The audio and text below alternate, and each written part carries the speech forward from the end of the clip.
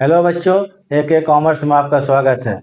हम लोग आज पढ़ेंगे जर्नल एंट्री कैसे किया जाता है। ठीक है, इसके बारे में पढ़ेंगे। ये जर्नल जो होता है ये अकाउंट्स का सब कुछ है। अकाउंट्स का बैकबोन बोल लीजिए, अकाउंट्स का अल्फ़ाबेट बोल लीजिए। अगर आप अल्फ़ाबेट ABCD नहीं जानिएगा तो ना वर्ड बनेगा ना सेंटेंस बनेगा। तो जर्नल जानना बहुत ज़रूरी है और ये आपको 11, 12, BCom, MCom, BBA, MBA, CA, CS सब जगह काम देगा आपको। ठीक है, बहुत इंपॉर्टेंट चैप्टर है। ये समझिए पहला चैप्टर है। ऐसे बुक में आपको बीच में दिया होगा, 7वां 8वां चैप्टर दिया होगा, लेकिन ये पहला चैप्टर है।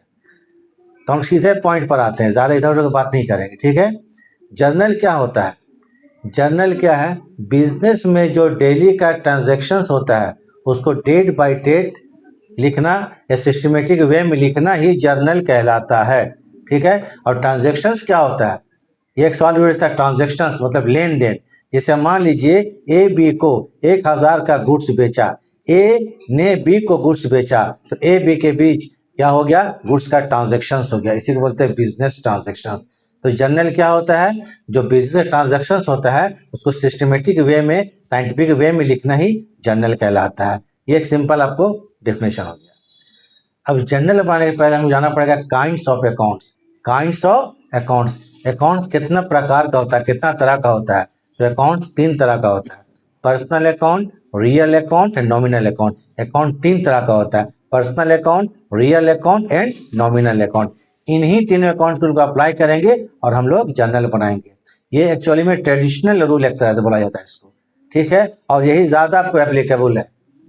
तो आज चलिए हम लोग पर्सनल अकाउंट, रियल अकाउंट और नॉमिनल अकाउंट क्या होता है इसके बारे में डिस्कस कर लेते हैं। सबसे पहला पर्सनल अकाउंट। ये पर्सनल अकाउंट क्या होता है? दुनिया में जितना भी नाम है, चाहे किसी पर्सन, किसी व्यक्ति का नाम हो, किसी बिजनेस, किसी व्यवसाय का नाम हो, किसी इंस्टीट्यूशन, किसी संस्थान का नाम हो, ये सब पर्सनल अकाउंट में आता है। यह सब पर्सनल अकाउंट में आता है। मतलब वर्ल्ड में जितना भी नाम है वो सब किस में आता है? पर्सनल अकाउंट में आता है। याद रखिए, नाम को पर्सनल अकाउंट रखेंगे। जैसे Ram, Shyam, Sohan, Mohan and company, Medanta hospital, Apollo hospital, Fortis hospital, DPS, saint Xavier's college. ठीक है, तो नाम जितना भी है, हीरो हो गया, होंडा हो गया, हुंडई हो गया, जितना भी नाम है सब पर्सनल अकाउंट में आता है। याद रखिएगा, जो जहाँ पर्सनल अकाउंट, जहाँ नाम होगा वहाँ पर्सनल अकाउंट का रूल को अप्लाई करेंगे। आप थोड़ा ध्यान से देख लीजिए, ये पर्सनल अकाउंट का रूल क्या है? Debit the receiver and credit the giver. Debit the receiver and credit the giver. ये रूल बताता है रिसीवर माने पाने वाला और गिवर मतलब देने वाला। पाने वाले को डेबिट साइड में लिखेंगे और देने वाले को क्रेडिट साइड में। तो ये बोलिएगा सर, ये कौन पाने वाला कौन देने वाला? उसको डेबिट साइड लिखेंगे, क्रेडिट साइड लिखेंगे। तो कौन पाने वाला? कोई भी नाम अगर रिसीवर है, पाने वाला है, तो उसको डेबिट साइड में लिखिएगा। कोई भी नाम अगर गिवर है, देने वाला है, तो क्रेडिट साइड में लिखिएगा। जैसे राम एक नाम है, ये पर्सनल अकाउंट में आता है। तो राम अगर रिसीवर होगा तो उसको डेबिट साइड में लिख देना है, लिख दीजिएगा। और अगर गिवर होगा तो क्रेडिट साइड में। ये हो गया पर्सनल अकाउंट। दूसरा क्या बताया था आपको? नॉमिनल, दूसरा क्या था? रियल अकाउंट था। दूसरा क्या था? Real account. तो रियल अकाउंट में क्या आता है? कैश, गुड्स और एसेट्स। कैश, गुड्स और एसेट्स, ये तीनों किस में आता है? रियल अकाउंट में आता है। कैश तो रुपया पैसा हो गया रियल अकाउंट में। गुड्स का मतलब सामान हो गया, वस्तु हो गया, कमोडिटी हो गया, माल हो गया। ये वस्तु क्या बोलते हैं हम लोग? ठीक है, गुड्स बोलते हैं।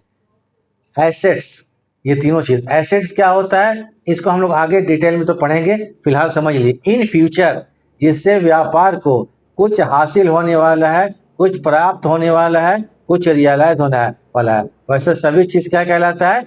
एसेट्स कहलाता है। ठीक है, वैसे सभी चीज क्या कहलाता है? एसेट्स कहलाता है। जिससे हम कुछ इन फ्यूचर, भविष्य में कुछ मिलने वाला है। जैसे जमीन, लैंड, अगर लैंड को बेचेंगे तो उससे पैसा मिलेगा, हमारा प्रॉपर्टी हो गया, एसेट्स में आ गया। मशीन, उसको बेचेंगे तो एसेट्स आएगा। बिल्डिंग बेचेंगे तो एसेट्स आएगा। गोल्ड सिल्वर बेचेंगे तो एसेट्स आएगा। ये सब एसेट्स है, ये सब रियल अकाउंट में आता है। फिर ध्यान से सुन लीजिएगा, कॉपी और पेन लेके बैठिए, उसको नोट कर लीजिएगा। रियल अकाउंट का रूल है debit what comes in and credit what goes out. Debit what comes in and credit what goes out. Comes in का मतलब आना होता है और गोज आउट का मतलब जाना होता है। आप लोगों को मालूम है, क्लियर? तो आने वाले को डेबिट साइड में लिखेंगे और जाने वाले को क्रेडिट साइड में। तो ये बोलिएगा सर क्या आना क्या जाना बोलते हैं, आने वाले को डेबिट में कीजिएगा, जाने वाले को क्रेडिट कीजिएगा। तो याद रखिए, अगर इफ बिजनेस में कैश आता है, गुड्स आता है और एसेट्स आता है तो उसको डेबिट साइड में लिखिएगा। अगर बिजनेस से कैश जाता है, गुड्स जाता है और एसेट्स जाता है तो उसको क्रेडिट साइड में लिखेंगे। यही इसका रूल है। Debit what comes in, what माने क्या आ रहा है, व्हाट गोज आउट क्या जा रहा है। तो आने वाले को डेबिट, जाने वाले को credit. Debit what comes in, credit what goes out. ये रियल अकाउंट हो गया। तीसरा आपका आता है नॉमिनल अकाउंट। क्या आता है? Nominal account. इसमें क्या आता है? इसमें एक्सपेंसेस आता है, लॉसेस आता है, इनकम्स आता है और गेंस आता है। एक्सपेंसेस मतलब खर्च, खर्चे। लॉसेस मतलब हानियां। इनकम्स मतलब आमदनी होता है, आय होता है। और गेंस का मतलब प्रॉफिट होता है। ये सब नॉमिनल अकाउंट में आता है। तो नॉमिनल अकाउंट में आएगा expenses, losses, incomes and gains. Nominal account में आता है expenses, losses, incomes and gains. इसका रूल को फिर ध्यान से सुन लीजिए। इसका रूल है debit all expenses and losses and credit all incomes and gains। debit all expenses and losses and credit all incomes and gains। तो कहने का मतलब इसमें है क्या, जितना भी एक्सपेंसेस है, जितना भी लॉसेस है उसको डेबिट साइड में लिखेंगे और जितना भी इनकम्स है और जितना भी गेंस है उसको कहाँ लिखेंगे हम लोग? क्रेडिट साइड में। यही आपको क्या नॉमिनल अकाउंट में। एक्सपेंसेस में क्या क्या आ सकता है? रेंट आ सकता है, वेजेस आ सकता है, सैलरी आ सकता है, डिस्काउंट अलाउड आ सकता है, डिस्काउंट रिसीव्ड आ सकता है, ठीक है, इनकम रिसीव्ड आ सकता है, कमीशन रिसीव्ड आ सकता है, ठीक है, कमीशन अलाउड आ सकता है। ये सब क्या है? नॉमिनल अकाउंट में आता है। तो रेंट क्यों बोलते हैं, रेंट नॉमिनल क्यों आएगा? मान लीजिए जिस बिल्डिंग बिजनेस चल रहा है उसको हर महीना रेंट देना पड़ता है, वो बिजनेस से खर्च हो गया तो रेंट नॉमिनल में आ गया। उसी प्रकार से रेंट जो रिसीव करता है लैंडलॉर्ड, उसके लिए इनकम हो गया, वो भी नॉमिनल हो गया। तो नॉमिनल रूल क्या? Debit all expenses and losses and credit all incomes and gains. ये रूल हमको क्या बताता है? जितना भी एक्सपेंसेस है, जितना भी लॉसेस है उसको क्या डेबिट करेंगे और जितना भी इनकम्स है और जितना भी गेंस है उसको क्रेडिट करेंगे। देखिए ये आपको एग्जाम में आपको पहचानने के लिए भी आगे अकाउंट्स को लिखने के लिए आ सकता है काइंड्स ऑफ अकाउंट, तो यहाँ आपको काम देगा और जनरल बनाने में पूरा ही काम देगा। और एक चीज माइंड में रख लीजिए, अगर रूल आपको याद नहीं हो रहा है तो माइंड में 3 चीजें रखिए, जनरल बन जाएगा। माइंड में 3 चीजें रखिए, जनरल बन जाएगा। कोई भी नाम अगर रिसीवर है तो डेबिट में लिखिएगा, गिवर है तो क्रेडिट में लिखेंगे। अगर बिजनेस में कैश आता है, गुड्स आता है, एसेट्स आता है तो डेबिट में लिखेंगे और जाता है तो क्रेडिट में लिखेंगे। नंबर 3, बिजनेस के एक्सपेंसेस के लॉसेस को डेबिट में लिखेंगे, इनकम्स को और गेन्स को क्रेडिट में। जनरल बन जाएगा, ठीक है। ये तो आपको हम बता दिए, लेक्चर दे दिए, लेकिन कुछ चीज़ है जो कि हम बोर्ड में लिखे हुए, इसको आप नोट कर लीजिए, स्क्रीनशॉट ले लीजिए, जो करना है तो करके रख लीजिएगा, जिंदगी भर काम देगा। देखिए हम लोग क्या पढ़ा रहे हैं? जर्नल। जर्नल, ठीक है। अब इसमें काइंड्स ऑफ अकाउंट्स लिखें, काइंड्स ऑफ अकाउंट्स, ठीक है। तो अकाउंट्स 3 तरह का आता है, personal account, real account, nominal account. Personal account, real account and nominal account. Clear है?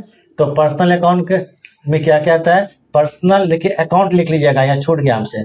Personal account is related to the names of persons, business and institution. इसका रूल है debit the receiver and credit the giver. Note हो गया आपका, ठीक है। इसको लिख लीजिएगा। नेक्स्ट क्लास हम क्वेश्चन शुरू करेंगे। फिर रियल अकाउंट। रियल अकाउंट क्या होता है? Real account is related to cash, goods and assets. Real account किससे रिलेटेड है? कैश, गुड्स एंड एसेट्स, इससे रियल अकाउंट आपको रिलेटेड है। उसके बाद आते हैं वो कौन चीज? Nominal account. Nominal account is related to expenses, losses, incomes and gains. यह है नॉमिनल अकाउंट। तो nominal account is related to expenses, losses, incomes and gains. For example इसमें क्या क्या आता है बता चुके हैं, रेंट आएगा, वेजेस आएगा, सैलरी आएगा। इसका रूल क्या है? Debit all expenses and losses and credit all incomes and gains. इसको हम अभी आपको हमें बोले भी थी और उसको लिख भी दिए, याद रखिएगा। डेबिट करेंगे expenses, losses, credit, incomes and gains. देखिएगा इसमें हम लोग देखिएगा जितने भी रूल बताए तीनों में क्या चीज़ है? एक डेबिट होता है, एक क्रेडिट होता है। बोलिएगा सर डेबिट क्रेडिट क्यों होता है? केवल क्रेडिट होकर क्यों नहीं छूट जाता है, छोड़ देते हैं? केवल डेबिट करके क्यों नहीं छोड़ देते हैं? तो देखिए, जो हम लोग अकाउंट का रूल फॉलो कर रहे हैं वो है डबल एंट्री सिस्टम या डबल अकाउंट सिस्टम। हम लोग अकाउंट्स का जो रूल फॉलो कर रहे हैं वो है डबल एंट्री सिस्टम या डबल अकाउंट सिस्टम। कोई प्रॉब्लम? ठीक है ना। तो डबल अकाउंट सिस्टम या डबल एंट्री सिस्टम क्या होता है? जब किसी भी ट्रांजैक्शंस का इफेक्ट बोथ साइड में पड़ता हो, डेबिट साइड में पड़ता हो और क्रेडिट साइड में पड़ता है, जिसको बोलते हैं डबल एंट्री सिस्टम। माने कोई भी ट्रांजैक्शन का इफेक्ट डेबिट और क्रेडिट दोनों साइड पड़ेगा, बोथ साइड पड़ेगा। ऐसा नहीं होगा केवल डेबिट केवल क्रेडिट नहीं होगा। तो इसलिए डबल अकाउंट सिस्टम तो हम लोग जो है जर्नल बनाएंगे, अकाउंट बनाएंगे हम लोग। फिर एक चीज जान लीजिए, ये डेबिट क्रेडिट कोई आपको कोई पर्टिकुलर मीनिंग नहीं निकलता है। ये डेबिट और क्रेडिट दो साइड है। जैसे आप रोड पर चलते हैं तो एक होता है लेफ्ट साइड, एक होता है राइट साइड। उसी तरह से अकाउंट्स में दो साइड होता है, एक डेबिट साइड और एक क्रेडिट साइड। डेबिट मतलब लेफ्ट साइड, क्रेडिट से मतलब राइट साइड। तो इसको थोड़ा ध्यान से देखिएगा और इसको आप लोग थोड़ा सा पढ़ लीजिएगा, समझ लीजिएगा। ये पहला क्लास है, आपको टोटल चैप्टर कंप्लीट करेंगे, सो देख लीजिएगा, ठीक है। पूरा चैप्टर हम अच्छे से कंप्लीट कर देंगे। तो बस आज इतना ही रखते हैं, अब क्लास खत्म करते हैं। अब देखने के लिए क्या हो गया, थैंक्स। तो चलिए आज क्लास यहीं हम खत्म करते हैं।